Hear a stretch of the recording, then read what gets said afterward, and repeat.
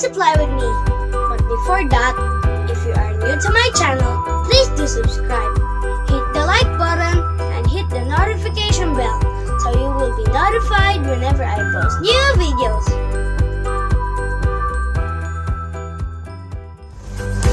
Table 5. 5 times 1 equals 5. 5 times 2 equals 10. 5 times 3 equals 15. 5 times 4 equals 20. 5 times 5 equals 25. 5 times 6 equals 30. 5 times 7 equals 35.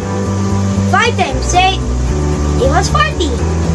5 times 9 equals 45. 5 times 10 equals 50.